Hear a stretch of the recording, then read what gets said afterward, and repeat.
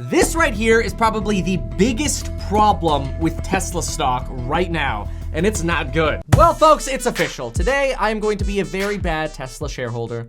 I'm canceling the order for the Midnight Blue Model Y that I placed on March 5th, which was pre-crisis. Unfortunately, I'm coming to realize that it's going to be a lot better for me to use every bit of money I have to continue to buy really good stocks, and of course, wedge deals in real estate. Unfortunately, though, trying to pick the best stock these days is a little bit difficult, and today I'm begging the question, should I take my gains? Should I sell my Tesla shares and dump them into some hot bounce back stocks like Boeing or Carnival? And I could watch those lose another 50% in value, but I'm sure they will 10x their valuation very soon. Or they won't. But today, this video is about Tesla and the latest current report, so let's get into that. Yesterday, Tesla released this current report to the SEC, which we're gonna break down, but in order to understand and see my frustration with Tesla as a company right now, you have to know a few things. Number one, I own a Tesla Model X that I bought in 2017. I made a lot of videos complaining about my autopilot system, and Tesla's actually been pretty good about fixing a lot of the issues. So that inspired me to take another dive into Tesla, buy more Tesla shares. I own over 600 shares of Tesla, but now I'm frustrated, and this is the form that's frustrating me. Let me show you why. First, here's the last Form 8K that Tesla put out. And don't worry, like, this looks boring and crappy, but just see it says Tesla. And over here somewhere it says Form 8K, perfect. What we wanna look at is we scroll down to the statements page. And this is the last statement that we got back in March. And this statement actually gave us some insight. They said they're suspending production at Fremont. They've talked about working with the government. They talk about their cash position, and they make forward-looking statements. I mean, here really they're just saying that the statements we made in the past about how our business is going to grow are changing thanks to the crisis. Well, no duh, but at least they gave us some verbiage to read into. And they also talked to us about some new features that they're implementing, and even something called touchless deliveries, basically where you can pick up your brand new car all by your lonely self. Okay, cool. Now let's look at the Form 8K from yesterday. The first part of the form is generic as usual, but when we scroll down to the last page, we could see that Tesla in the first quarter of 2020, despite the crisis going on in the first 3 quarters of 2020, produced over 102,000 vehicles and delivered 88,400 of them. However, there are some frustrations that I have with this, but let me first say how the market is responding. Wall Street was expecting Tesla to deliver about 97,000 cars. They missed that expectation, but that was an expectation pre-outbreak. So a lot of analysts were expecting Tesla to miss this number by 50%.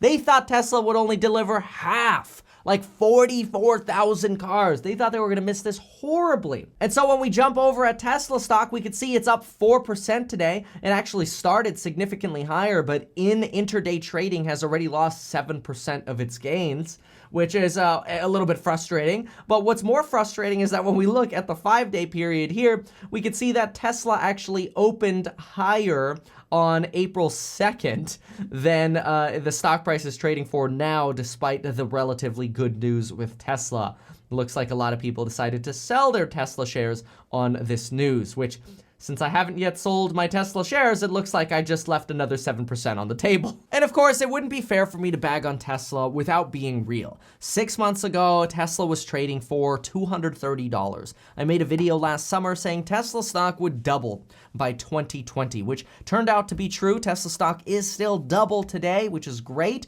Great profits, great gains, which does beg the question, is it time to sell?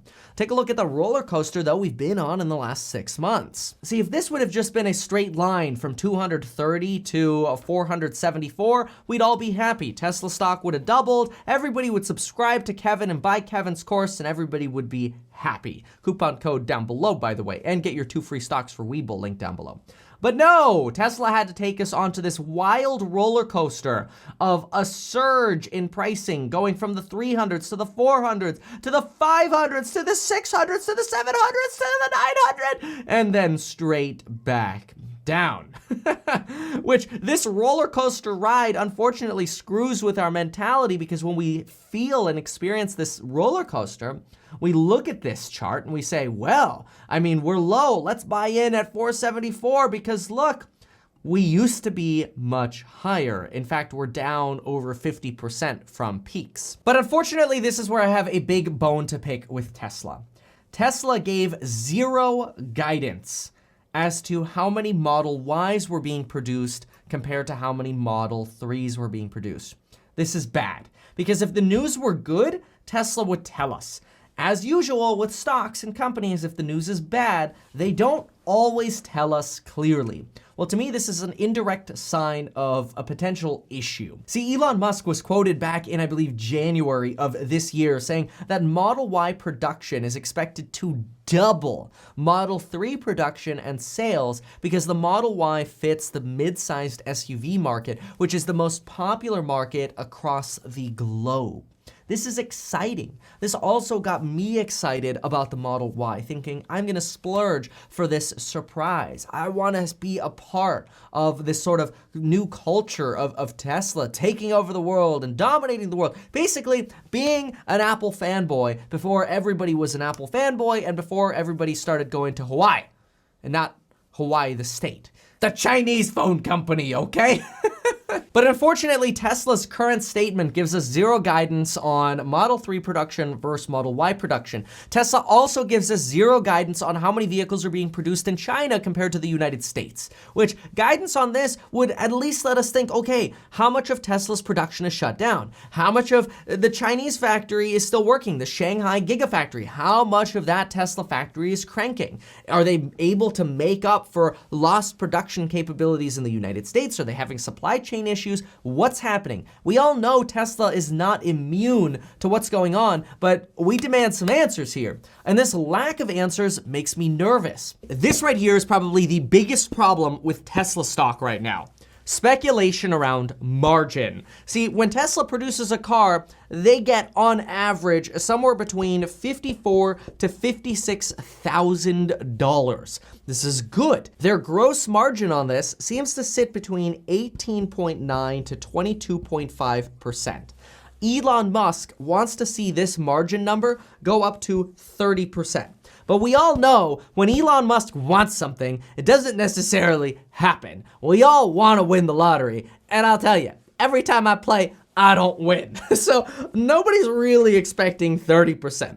But a lot of the market is expecting 22.5% plus in margin. The plus would be the bonus. If we hit a margin of 22.5% for cars consistently, and we can produce 1 million cars by the end of 2020, Tesla stock should be worth what I deem 900 plus. This is my target. $900 for the cars, plus would be for the gains in solar, which nobody's really talking about, and the second plus is for gains in insurance, which a lot of us aren't really talking about either. And that's because these are unknowns, right? This is why we say plus. In theory, these could be negative, which would be bad. Then it's 900 minus, which would be bad. It's an unknown right now, which means we're speculating on the plus or the minus.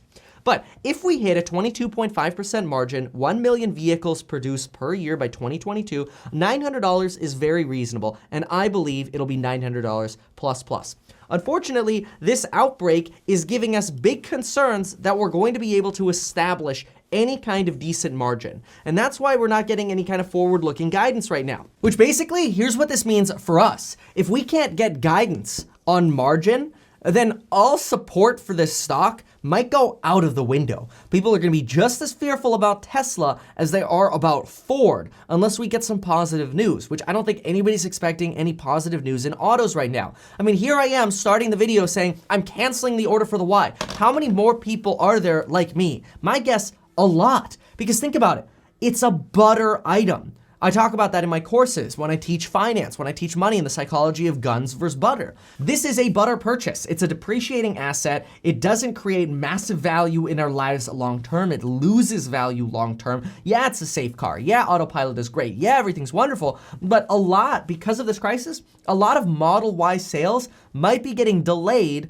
to Cybertruck sales or Cybertruck timed sales. That is, we might not see a new surge in sales because of this outbreak, especially if consumer behaviors change, until 2021 or 2022.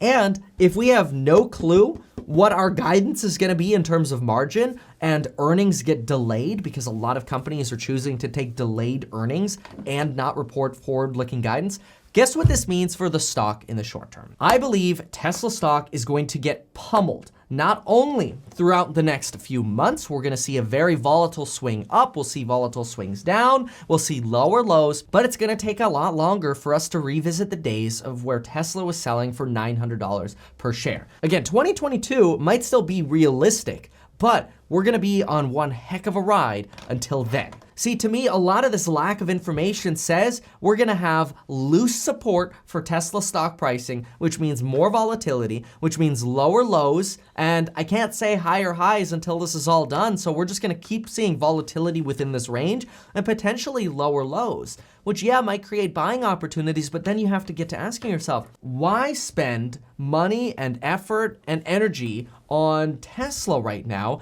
if they're not going to be part of the bounce back wave? We don't know that autos are going to be the first wave of bounce back stocks. In fact, a lot of us are speculating on companies that might have larger bounce backs, like Apple, whose production assembly lines are backed up 12 weeks. But hey, we still have enthusiasm for Apple, Microsoft, Nike. And look, this isn't to say that there's not a lot of enthusiasm for Tesla. Don't get me wrong, there's still a huge amount of enthusiasm for Tesla. Tesla also has a massive backlog of customers. Me canceling just makes the next dude really happy and donated $100 to Tesla. But the question right now isn't how many people like me are going to put off spending money on a Tesla right now. It doesn't make a difference. The line is honestly probably long enough. The question is, what can we expect for Tesla stock? Is Tesla going to be part of the bounce back wave, or are we better off riding a bounce back with some of the other companies and then investing in Tesla? I mean, just think about your alternative options right now. There's huge enthusiasm around stay-at-home stocks and obviously a lot of speculation for the cruise lines right now. The cruise lines have enough money now to stay afloat, mostly because they're taking on a lot of expensive debt, and a lot of folks think, hey, you know what, in a year we're all gonna be cruising again. In fact, look, here's my letter from the Disney Castaway Club that came in a couple weeks ago during the outbreak. Dear Paffrath families, thank you for spending your vacation time with us. We hope you created some wonderful memories. As a member of the Castaway, blah, blah, blah, blah, blah, your Disney Cruise Line cast and crew. They're all unemployed right now, okay? Which a lot of folks are thinking, hey, this could be a good buying opportunity for companies like Disney and Carnival as a bounce back. I don't know if Tesla can be part of that. Personally, I'm starting to wonder if I should just open a second channel and all I do is day trade Tesla stock because it's so volatile. It seems like buy and hodl is not the thing to do right now with Tesla. I'm personally very frustrated that we don't have more guidance. I get it, but I would rather have bad news than no news and all of us start wondering, why aren't you telling us about Y production? Why aren't you telling us about the Y? Why aren't you telling us about the Chinese numbers? Give us some more insight because this is a problem and it does make me nervous.